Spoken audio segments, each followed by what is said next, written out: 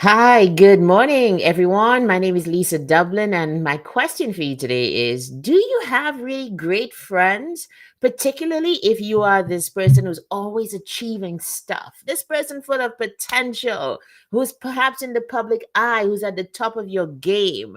What kinds of friends do you have? That is our topic this morning, and I hope we can get some way to perhaps looking at the characteristics of people who make good friends. Perhaps, too, we can take a look at whether we ourselves are good friends to those around us. If you're just meeting me for the first time, welcome to my world. This is Basement Chronicles Live, wherever you're watching me from: LinkedIn, YouTube, or Facebook. Yes, back on Facebook. Yeah. Welcome. I'm going to be jumping on IG when I'm done here, so you can join me there as well. My IG handle, as in everywhere, is at Lisa M. Dublin. So let's get started. But before we do, I've got a couple things to tell you about. This week, we're talking about relationships. Today, we talk about friendships. I've been watching some amazing interviews online of people talking about their experiences. And we're going to watch one interview this morning, just a snippet of it, between Oprah and Gail. And tomorrow, we're going to be looking at romantic relationships, particularly for professional women, women who are considered strong and accomplished. Either you're in a really great relationship, or it can be very difficult for you to find and to keep that person of your dreams. A couple things that are coming up, you guys.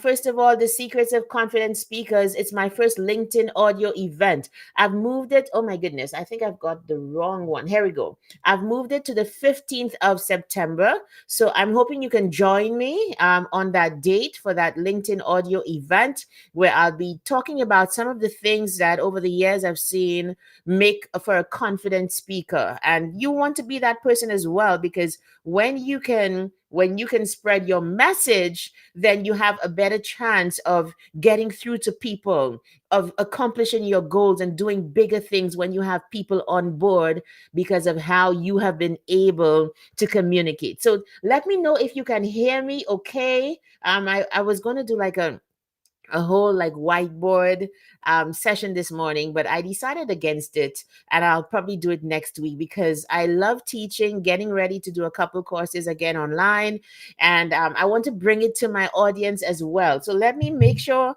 you can hear me this morning. Just hit me up in the chat.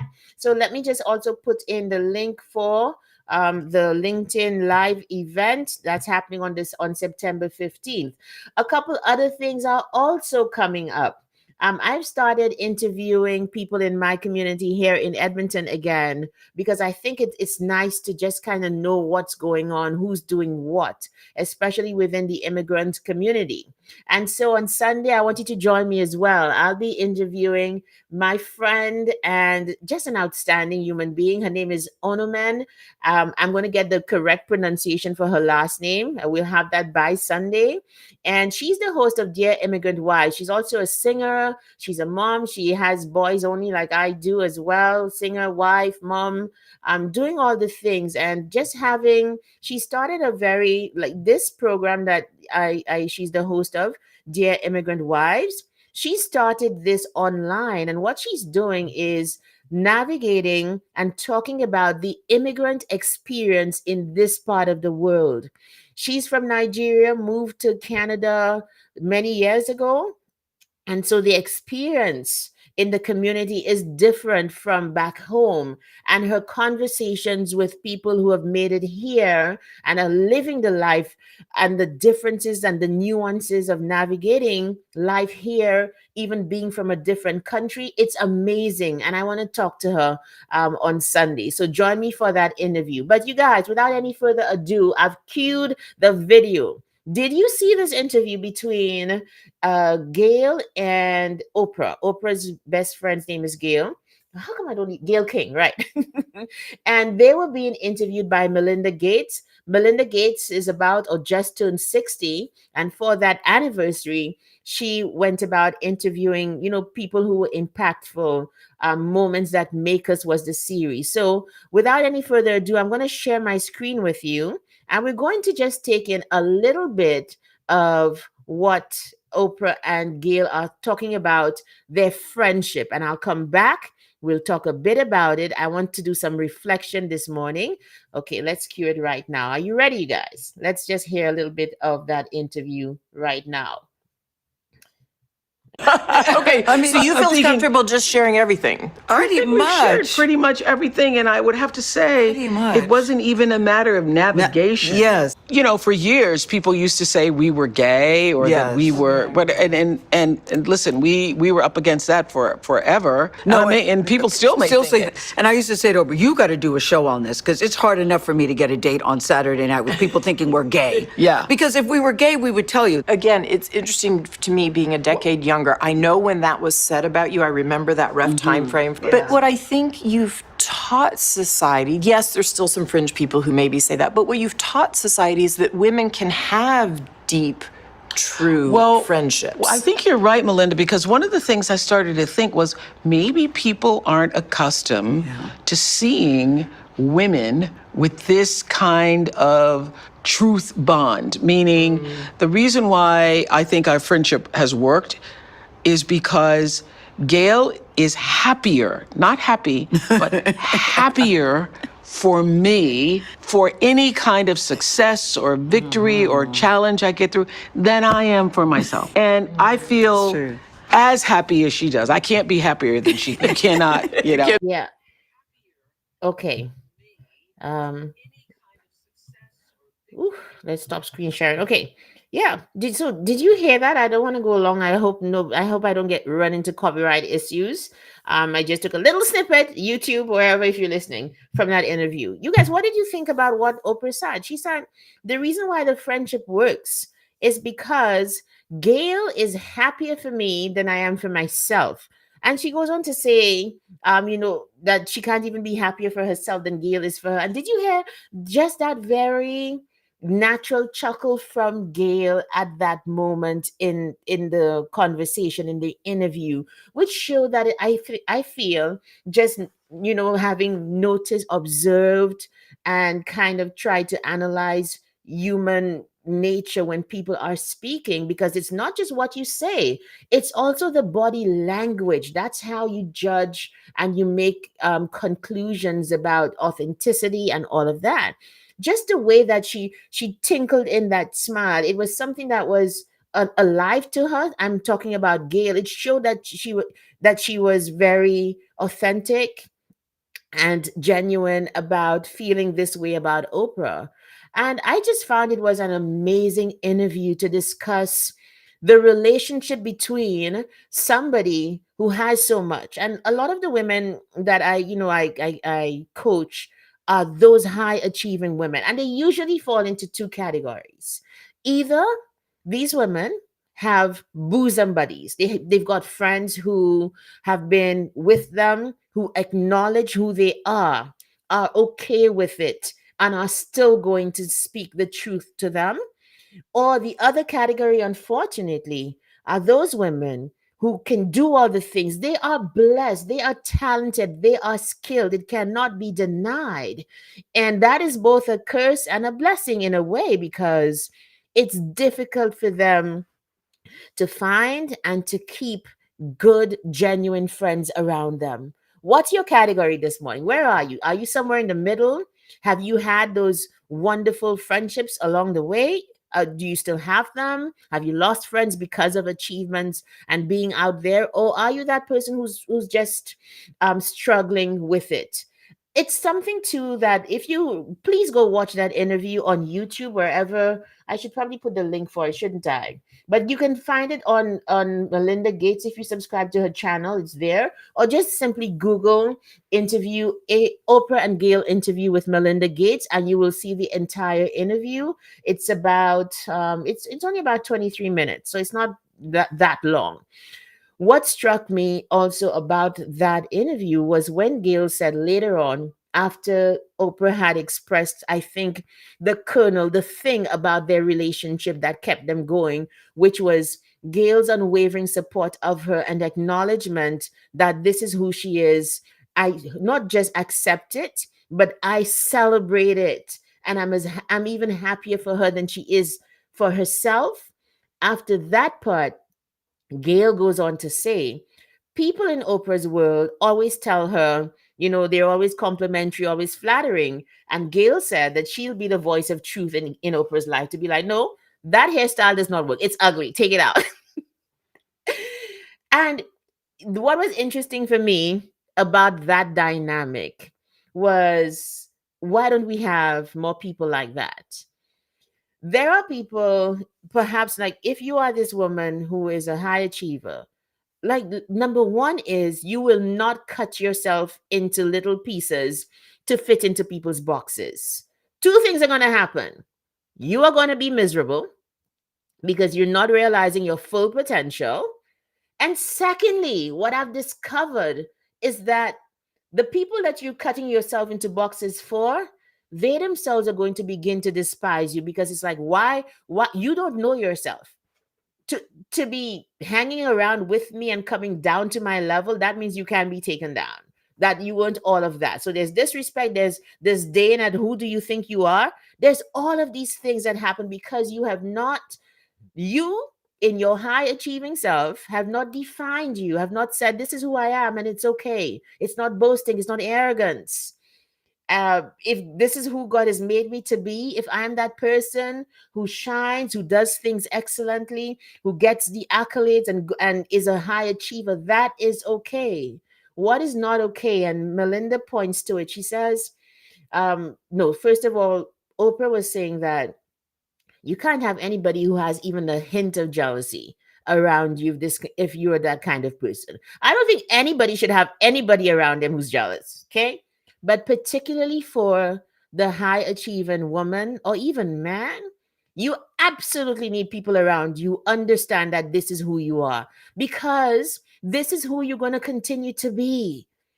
It's one of the variables for you, one of the non-negotiables in any kind of relationship. And tomorrow we're going to look at the high achieving woman in relationships, because then too, that is also a factor there. You cannot fold yourself into anybody's box, any man's box, if you're a woman, or vice versa, if you wanting to have something that's sustainable, because you're always going to deny yourself, always going to not take being in the limelight, not take um the the appearances on stage, the speaking engagements. You will deny yourself the job because you're worried about if this person is going to be jealous and what they're going to do. No, I feel like, and reading all of the books, I remember all the way back in the day reading Acts of Faith by Ian Van Zandt. And she used to say that make room in your life for the people that you want to come in. But here's what I think happens with a lot of us. And so after Oprah spoke about jealousy, Melinda said, we owe it to ourselves to get away from people who might be jealous, people who show those characteristics that are going to be detrimental, pernicious in a relationship. You owe it to yourself. And if you don't get away, you're in a sense betraying who you are. What I think happens is this, just looking back at my own experiences and just coaching all of these high performing women, we are made for connection. And I've discovered that there's a part of me that is going to take connection no matter the cost. I sit here today as a coach, almost 50 years old, somebody who's lived and kind of thought through certain aspects of life a lot more than others. One of those areas being relationships. And I can say and see in my own life where it has been easier to accept people, even though they might not be as positive and as good for me as they're supposed to be, just for connection, just for relationship, just for, yeah, it's connection. You're going to accept them. Is that your experience? I'm being very honest here. And it can be vulnerable, because it means you're not always going to be this hard person, like make room in your life for the best person to come in, so you cut off everybody, or you put them in the best categories. Excuse me, we're dealing with the human heart.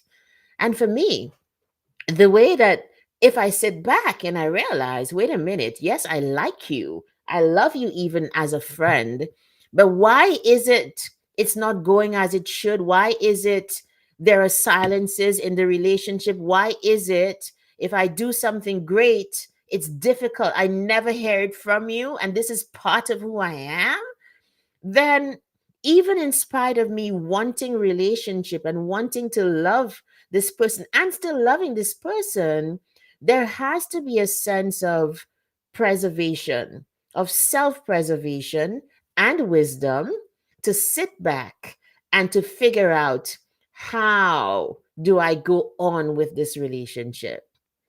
How do I continue to be friends even when I'm not getting friendship back? How and what do I say? What are the boundaries that I, in my humanity, can put around me to make sure that I am being authentic and I'm getting authentic back? Does that make sense, anybody?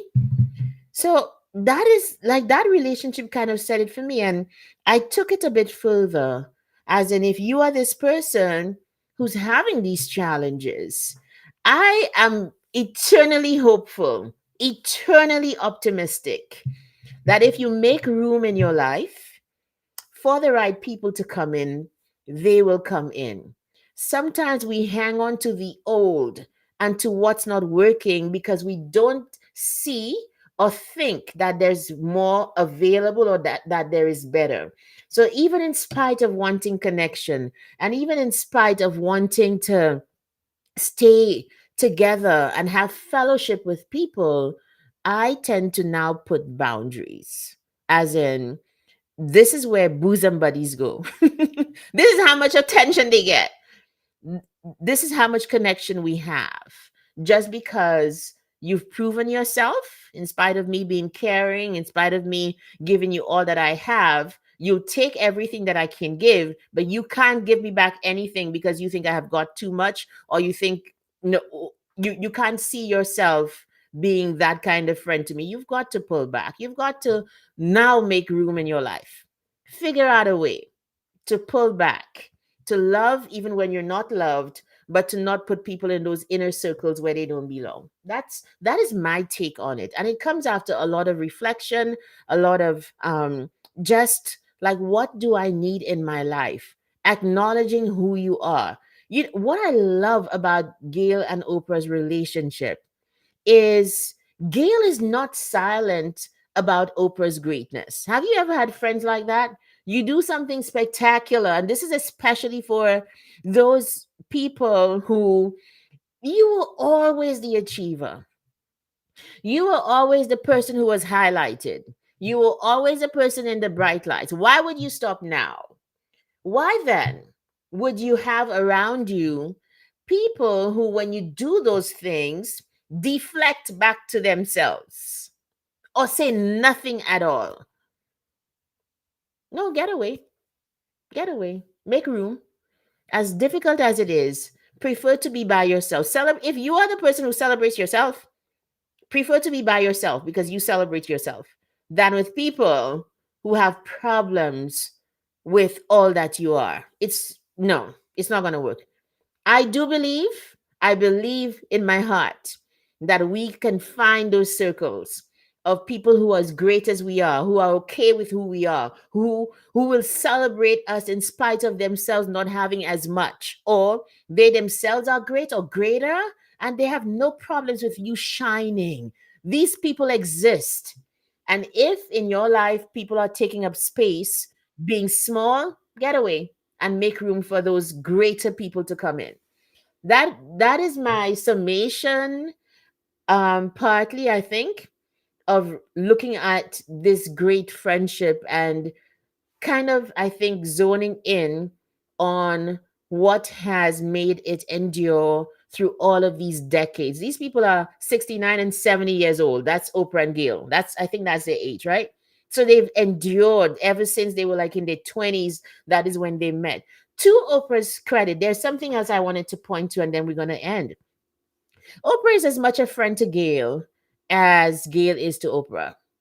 And I love that. If you listen to that interview, you realize how much Oprah is also vested in Gail's life. She knows things about her. She knows where she stops and starts. She was involved in like there's a part when she says, like, no, if Gail had stayed in that marriage, she would not be who she is today. So she's not just focused on herself and just needs people around her to focus on her.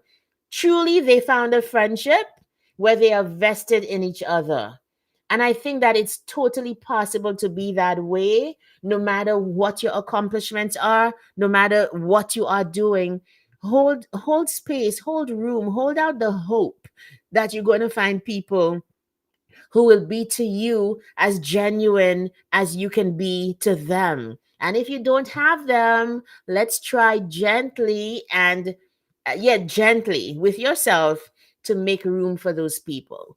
Okay, guys, I have another great interview tomorrow. I saw an interview between Priscilla Shire, I think her last name is, and her husband. And Priscilla is this great speaker, and her husband is just like, I mean, you guys are going to see the interview tomorrow. So join me tomorrow, and we're going to talk about high achieving women in romantic relationships and approach it with a, you know, concern and love and warmth and maybe just deep observation, perhaps to answer the question, what does it take? And does every relationship need the same things? And I already am telling you my answer to that is no. No. You just kind of have to know yourself and go after what you want and what you need. But anyway, you guys, don't forget to join me at my event on September 15th. I've put the link in the chat where you can sign up for that LinkedIn audio event, The Secrets of Confident Speakers. You are going to leave with tips for that. And of course, on Sunday, I'll be interviewing my friend Onaman. She's a singer. She's the host of Dear Immigrant Wives. It's on YouTube. It's on Instagram as well. And she's here to speak about just life, her philosophy on life, what she's doing. A very interesting lady, if I might say so myself. I feel like for Basement Chronicles, my only stipulation is that I want to interview interesting people. So hit me up if you know interesting people here in Edmonton, immigrants that I can interview. It really is the show where we inspire each other to come up as high as what we left at home or even higher. Bye, and I'll see you tomorrow. I'm jumping onto Instagram right now. My handle is at Lisa M. Dublin. So there it is. Let me just put it up. So perhaps you can join me there because the conversation on the same topic is a lot more intimate and a lot more interactive on Instagram. So things come out and we talk a whole lot, same amount of time, but we really go a bit deeper because there is that interaction that I can't seem to approximate here on LinkedIn or Facebook. So see you over on Instagram right